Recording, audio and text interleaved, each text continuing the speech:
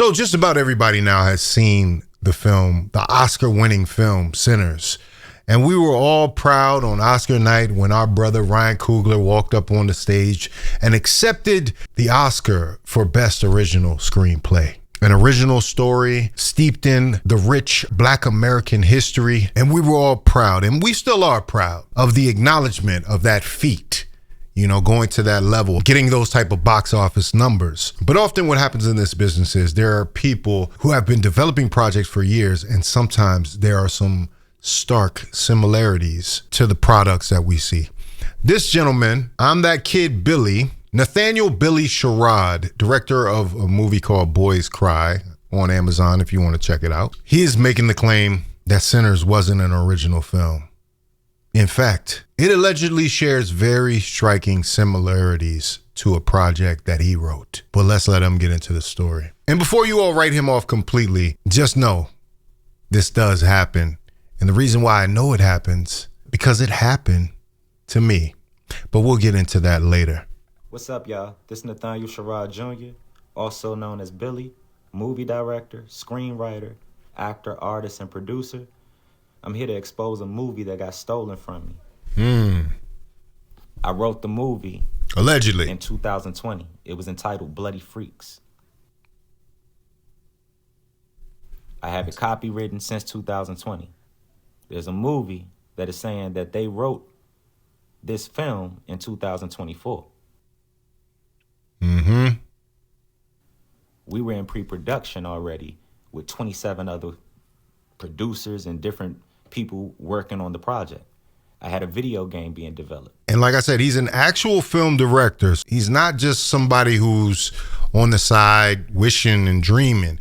He's actually gotten his films accomplished, and he was in production for his film. This is not to make any accusations to Ryan Coogler or anybody involved, but I just want to explore this story because sometimes it gets buried. My screenplay starred one Caucasian white lead actress and 3 black male actors. Twins. One being a black musician who also has a solo performance in the film, just like in my screenplay. Okay. That can happen. If Great you've minds. seen my movie Boys Cry, then you know that's my style of movies because I'm an artist. It's my last film, I put a solo in the middle of the movie. I'm performing in the middle of the movie. Sinners starred one Caucasian lead actress, 3 black male lead actors, Michael B. Jordan playing himself twice. A character by the name of Ron Staxs, who's a real person in real life. He's an artist from my hometown. He was going to be in my movie, and he was going to be the well-known person coming into town to throw a music event. Okay, let's take a look at Ron Staxs. This answers one of my questions. Yeah, Ron Staxs is actually from Maryland. Shout out to Maryland. As I suspected by my man's accent, he's from Maryland. And also this artist here, Ron Staxs, is from Maryland. Okay, well, it sounds like Ron Staxs is doing kind of current music. How do we get to the blues of all this? You know, I'm hearing them out. You know what I'm saying? These are good similarities, but let's keep going. And everybody was going to turn into vampires in this scenario at this one location. If you've seen Sinners, then you know that Michael B. Jordan played the well-known person coming into town named Staxs. He played a double. His brother name was Smoke, but he played Staxs, the well-known person coming into town to throw a music event. Every one of my characters in Bloody Freaks was just altered just a little bit, but still the same role. Still the same things happening. Even my screenplay, the opening scene says a bloody guitar is shown on the camera. If you've seen Sinners, Sammy in the opening scene was holding a bloody guitar handle. There's so much more. It's not even half of it. Fretboard. Over 100 similarities. And my screenplay being copyright infringed upon. You know, it just don't sit right with me as a creator, you know, because when I write movies or I write and create stories, I know every character. I developed those characters. Yeah. Right here. So if I'm watching something and you done took something from me and tried to change it a little bit, I know every detail that you've changed. I can go down the list of every single character. The attorneys have... Yeah, that's something that as a writer you do become very accustomed to, especially when you spend so much time on a project. You start to know everything in the arc of the characters, even to the smallest details. You can see things that other people probably can't see that are similarities, for sure. I've seen it, and this is why I'm coming public. Like I said, it's even to the point where my part 2, I had wrote part 2 and part 3. In my outline, it tells you the time period. You find out the thing that infected me in the house came from the Jim Crow slave period time period. What time period was Sinners? So, like I said, my attorneys have seen everything. And this is why I'm coming public now. So trust me, it's way more to be exposed. Interesting. Now, similarities alone wouldn't be enough to make this claim, right? You have to really prove that there was some point of contact. You know how I know this is because I've been through this similar thing. Some of you all might not know that I am a writer, and in trying to break into Hollywood as a writer and an actor, you take on jobs. So I've done some ghost writing. I've written for other people. I put together some stuff for my own projects, but one project in particular, way back in the day, probably about 20 years ago, was a project that was quote unquote stolen, I'll just say. And you don't get over that type of feeling. Like it really can stop you in your tracks. It can stress you out. It can make you not trust anybody or the process. You don't want to share your script. You don't want to share your work. When the entire purpose of you doing these projects is to eventually share them so that they can get made. So you end up stopping yourself. And if I had any word of advice to this brother, it would be to not let this kill your creative drive. And to also take this as a sign that you're on the right path, that you have something to contribute. If your voice, and say, this is the thing that Hollywood loves to do, is that, hey, everybody gets inspired. There's no new ideas under the sun. Plenty of people have said Sinners is really like From Dusk Till Dawn, which was written by Quentin Tarantino and directed by Robert Rodriguez. Great film. Very similar plot points to the film. But you don't hear Quentin Tarantino necessarily jumping out there and saying that his film was being infringed upon, or Robert Rodriguez for that matter. So then comes the question of, what is your end goal by making such a claim or statement? Because the problem with the Hollywood business is that everybody knows each other. So if you are going to take a shot, and I know the business is different now, it's not as siloed as it once was, but if you're going to take a shot, it's going to cost a lot in legal fees, for sure. And it might possibly ruin your reputation. A lot of people will say they don't want to work with you. Now, he makes his own films. He's probably established independent working cinema. But if you want to potentially work with a Ryan Coogler or somebody, you just kind of dash that off the board. And along with Ryan Coogler comes Michael B. Jordan and whoever else at Ryan's frequent collaborators. So that's why it takes a calculation. I know he's in a place that I was, where you're just steaming because you've got to prove that this is what really happened, and you don't know what to do. If you don't plan on being in the business or having any relations outside of your independent films, knock yourself out, because, hey, there might be something you can get from it. But I just remember back to that period and just realizing that the more I tried to do things, the more obstacles were put into my way. So that's the advice that I would give in moving forward with this type of thing. He did a little side-by-side comparison to show. While trapped inside the music event, survivors decide to fight back. One grabs a lighter or something laying around to create a fire to lead the way out. And that's what she's doing in the film. They're waiting for everybody because she invited them in. Okay. There's this script. Trapped at the music event. Okay. Says, man who saves Beth. Okay, think everyone grabs some type of weapon. We have to get that to that cop car, or at least get their attention. So this is taking place in the modern day, which is what I was saying. There's a big plot point that he's leaving out. Can we go back in the attic? No, they know we're up here now. We're going to have to fight our way out of this. There's a quick pause.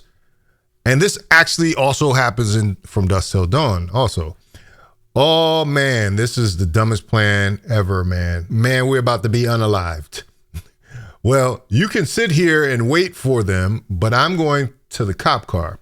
Man who saves Beth stares at guy. There's a can of Lysol there is what he's highlighted. You still have that lighter? Yes. We don't have much time. I'm going to get a clear path with this. I'm going to clear a path with this, which is exactly what she did. Yeah.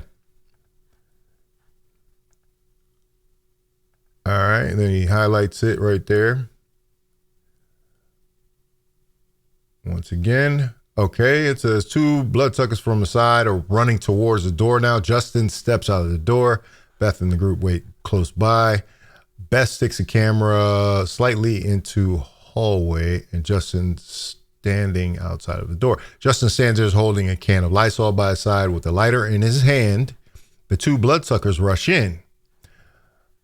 Justin raises a spray just in time. The bloodsuckers instantly knocked by falling to their feet. Their faces are burned from the flames. The group rushes out, beating bloodsuckers. Guy 3 come out swinging and stabbing, and the two bloodsuckers on the ground. Okay, they stab the guys on the ground. That does happen in Sinners. More bloodsuckers have heard the commotion. One of them runs up the stairs in front of the camera. Justin ignites the lighter next to the Lysol, spraying a ball of fire directly at the bloodsucker. Guy running with Zoe past Beth swings one of the bloodsuckers with his stick. All right. This is the beginning again. Somebody tagged Lori Harvey in this. y'all are petty. Y'all are petty. Why is somebody tagging Lori Harvey in the comments? That's funny. What's he supposed to do? If your movie was never released, there's no public script or screenplay where someone can just look it up online. How did he get a hold of your script to copy it? How would he have gotten a script? Y'all want something from the store, nothing to see here. So some people are in disbelief. So this is producing partner of Bloody Freaks, I believe. He's speaking out about the movie Sinners' multiple similarities and potential copyright infringement of the screenplay of Bloody Freaks. Hey y'all, my name's Alex Brewer. Let's see, stagehand, actor, producer, occasional director, occasional special effects artist. We got into the specifics of it. I have a pretty long list. A lot of you knew that, a lot of you probably didn't, but now you know. And I'm here because, breaking news, Sinners is a stolen product. I'm sure y'all saw my post about it, might have seen Billy's post, but Billy had wrote the script for Bloody Freaks in October of 2020, predating Sinners by years. We've developed a list of somewhere around 100 similarities, but like some of the big ones include, Stack. That's literally the main character in Bloody Freaks' name. Like Billy said in one of his other posts, that this is a real person. That's a bit suspicious if you ask me. Another similarity is just the premise alone is a predominantly black movie about a group of people trying to accomplish a music-based goal. In their movie, it's putting a show together at a juke joint. In ours, it's putting together a music video. But a predominantly black group of people trying to achieve a music-related goal that happens to be taken on or infected with vampires. You know, that's a bit on the nose for me. And if y'all pay real close attention to the video where it compares the climactic scene in Sinners directly to the Bloody Freak script. Take the scene at the juke joint when they're confronting the vampires face to face for the very first time. In Billy's script, it's a can of aerosol and a lighter. In Sinners, they had to change it to a Molotov cocktail. It's still a fire-based weapon that is being used by the leader. If you pay really close attention, the blocking in the script for Bloody Freaks matches the blocking that they use in Sinners, where this leader with the fire weapon is standing in front of everybody. Even the way the weapon was being held is identical to what Bloody Freaks is calling for. And we're just going to throw in that all of this occurs inside of mainly one building. Both movies happen predominantly in one setting. One of my key jobs on Bloody Freaks, aside from producing, acting, and all that stuff, was being in charge of getting some sort of makeup together for this. And we had not just met up for meetings, but we had done test makeups. Here you go. Okay. Ideas so far, he tried it on me. Okay. There's some test makeup. More test makeup after being infected. Interesting. Aside from the work we've put in as a collective, like a group of people trying to get a picture made, Billy has put in a large part of his career into the ideas that were eventually stolen from him. I met him on a set in like 2014 or 2015, and he was already talking about the idea and getting something like this started. Hey. Interesting. So Alex has made some interesting comparisons, but I'm telling you, y'all gotta have, y'all are gonna have your ducks in a row on this. I'm just gonna tell you, because like I said, there's already other films out there with similarities from bigger filmmakers. You know, and it's unfortunate, but, you know, there is a hierarchy, and, you know, how these things are taken seriously or how they're pushed to the side. You got to show that there's some lines lifted completely. In my situation, there was actually a lot of character names that ended up being similar. So the fact that they're pointing out Stack is important, but somebody here, and I remember hearing this in the interview, says the writer of Sinners, Ryan Coogler, said Smoke and Stack were named off of the old blues song, Smokestack Lightning, right? So that makes sense. That makes sense, right? So yeah, you know, that's their story. That's where they got it from, you know, and that was similar in my case as well. Like they said they were inspired by something else that was well known. So it's no telling where this can go. I mean, but like I said, lace up if you're going to do it. Lace up, because it's going to be a long fight, and it might be a fruitless fight, unfortunately. The film has already won an Oscar, it's successful. It's got Ryan Coogler, one of the best deals in Hollywood, that he'll retain the rights. The rights will revert back to him in 20 years. Like, it's a groundbreaking film. So there's something there, but do you want to spend your whole career fighting this case? That's the real question you have to ask yourself.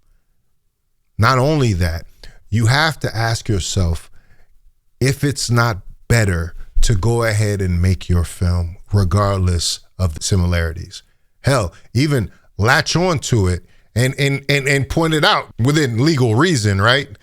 This is a film that kind of inspired Sinners or something like that. You know, there has to be some other ways, because what we have to realize is that when we have great ideas, we have the ability to come up with more great ideas, and we have the ability to impact the world. I'm telling you, this is a common story, and it's happened in many cases at many levels of the business. Nobody really talks about it on the outside, but it happens. And so, like I said, for your own mental health and your own financial health, it's best to take care of yourself and put your ducks in a row and decide if this is something that you want to take on.